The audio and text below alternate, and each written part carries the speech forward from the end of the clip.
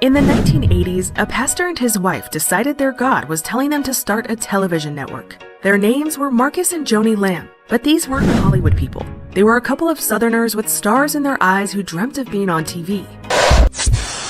I woke up, opened my eyes and looked out to the darkening skies. The world has gone crazy as blood fills the streets. Steal, kill, destroy, the cycle repeats. But we cannot give in to these destructive forces that many digest like a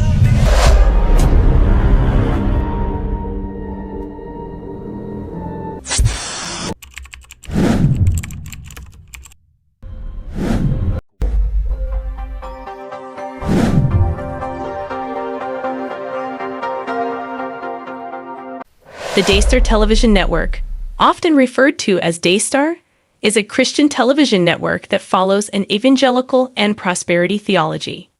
It was established by Marcus Lamb in 1993 under the ownership of Word of God Fellowship. Headquartered in Bedford, Texas, within the Dallas/Fort Worth Metroplex, Daystar broadcasts religious programming focused on prosperity teachings. Marcus Lamb Sr. and Mary Louise Lamb ended up raising Marcus in Macon, Georgia, where he claims at the age of 5 he accepted Christ into his heart. Not much is known about Marcus's childhood, but he likes to tell the story of how he began preaching at 15 years old. 1 year later, he skipped his senior year of high school and enrolled at Lee University, then known as Lee College. He received a full scholarship and majored in theology. After graduation and throughout the 1970s, Marcus began traveling the United States as a traveling evangelist. During one of his visits to South Carolina in 1980, he stopped in Greenville to preach at a Pentecostal revival happening at a local church. It was during his sermon where he laid eyes on a girl named Joni and felt his heart flutter. I woke up, opened my eyes and looked out to the darkening skies. The world has gone crazy as blood fills the streets. Steal, kill, destroy, the cycle repeats. But we cannot give in to these destructive forces that many digest like a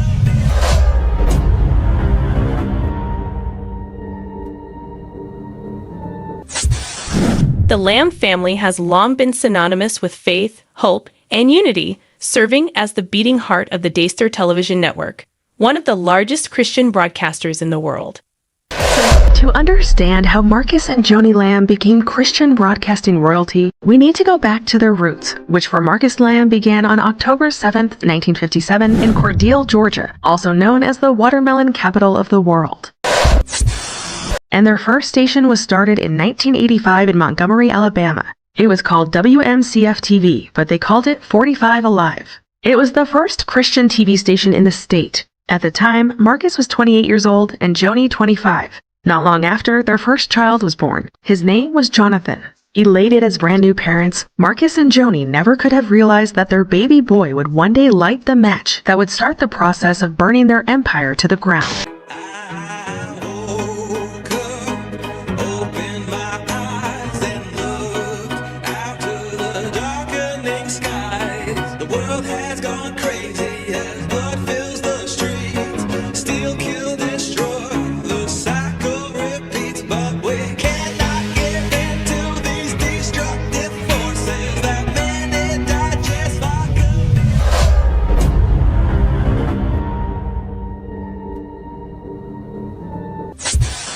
Marcus and Joni built their fledgling Christian TV network into a $225 million giant known as Daystar. The Daystar network broadcasted internationally and built up a loyal audience with millions of daily viewers. And if you know of Kenneth Copeland, Joel Osteen, or Joyce Meyer, then whether you're aware of it or not, you know of Daystar, as those big names all have their shows on Daystar's network. According to their website, Daystar is broadcast in over 2.3 billion homes worldwide. By now, Daystar was bringing in hundreds of millions of dollars a year.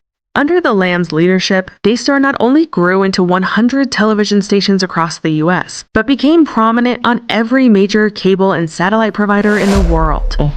Marcus and Joni became multi-millionaires, living in mansions and raising their 3 children with no expense spared. Once adults, the Lamb children all became executives at Daystar, as did their spouses. It was truly a tax-free family affair. See, while Daystar has no regular church services and no congregation because it's a broadcasting company, the IRS allows them to classify their TV network as a church. Therefore, everything is tax-exempt, including the company's private jet that they took family vacations on. But that would be the least of their troubles. I woke up, opened my eyes and looked out to the darkening skies. The world has gone crazy as blood fills the streets. Steal, kill, destroy, the cycle repeats. But we cannot give in to these destructive forces that many digest like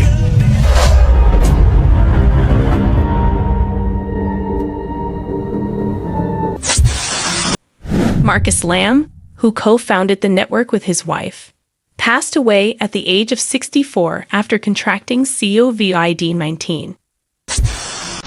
Since the late Marcus Lamb, co-founder of Daystar, passed away, his legacy has come under intense scrutiny after Jonathan and Susie Lamb accused him and his wife, Joni Lamb, of covering up the abuse of their daughter. These claims have shaken the Christian community and led many to question Daystar's leadership. The fallout has been swift. A lot has been going on over the last couple of years that we just couldn't talk about. But we've given over all of our evidence over to multiple reporters, including the police department. Daystar isn't run like a corporate enterprise. It's run like a family business, full of drama, scandal, and dirty secrets. Secrets that became known to the public once one of their adult children had enough. He not only stood up to his parents, but told the world what they had done and the monsters they protected once the cameras and lights were off. On November 25, Joni Lamb, president of Daystar and Jonathan's mother, took to social media to announce that Jonathan had been removed from the company. She stated that the decision followed Jonathan's involvement in a smear campaign against the organization, adding that his actions were motivated by dissatisfaction with not being chosen to succeed his late father, Marcus Lamb, as the future president of Daystar. Recently, Daystar made the decision to terminate my son, Jonathan Lamb's employment. That decision was not taken lightly. It followed a 15-month review of Jonathan's performance and his refusal to take any steps to satisfy a detailed performance improvement plan put in place. He also refused my offer to participate in a formal mediation to resolve grievances in a biblical and professional manner. This wholesome, picture-perfect family would become involved in scandal, cover-up, infidelity, secret recordings and intimidation, spiritual abuse, and betrayal.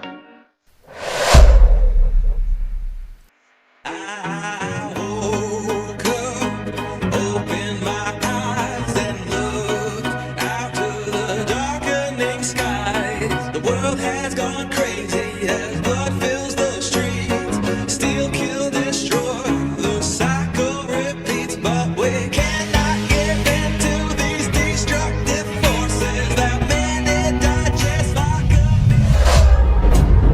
In November 2023, a firestorm erupted when Jonathan Lamb and his wife, Susie, publicly accused a close male relative working at Daystar of sexually abusing their 5-year-old daughter over a year-long period from 2020 to 2021.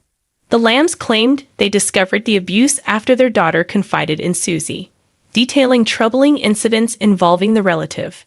Susie described the accused as acting like his eyes went black, and he was in a zombie mode during one alleged incident.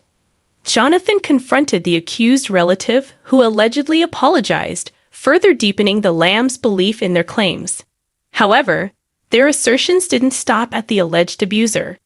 They accused Joni Lamb and the late Marcus Lamb, Jonathan's parents and Daystar's founders, of failing to act decisively and of shielding the accused instead of reporting the matter to authorities.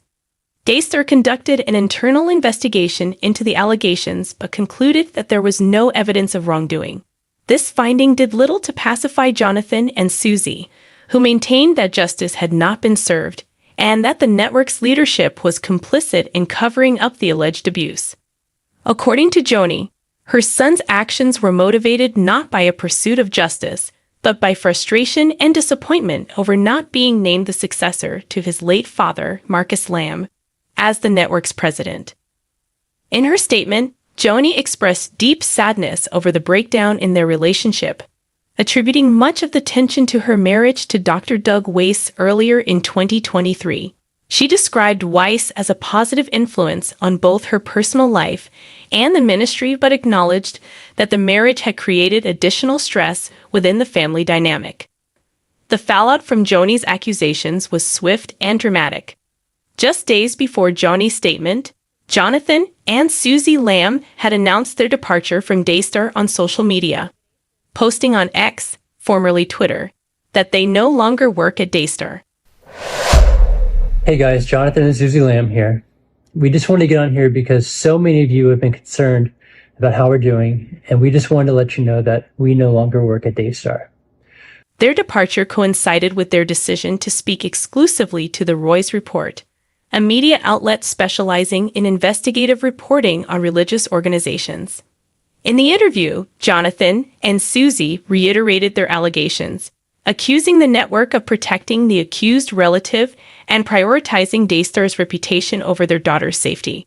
They also revealed that Susie had been abruptly terminated from her role at Daystar in July 2023, a move they claimed was part of a broader effort to silence them. Jonathan further alleged that his removal from Daystar came after he refused to sign a non-disclosure agreement, NDA, which he claimed was designed to prevent him from speaking out about the allegations. Jonathan said his father sent an email to the family announcing a different succession plan and noting that his wife, Joni, would take over Daystar if he died. Jonathan told Roy's he believed that decision was a punishment for the abuse claims he made surrounding his daughter. Marcus passed away just 3 months after that email was sent, and Joni subsequently took over.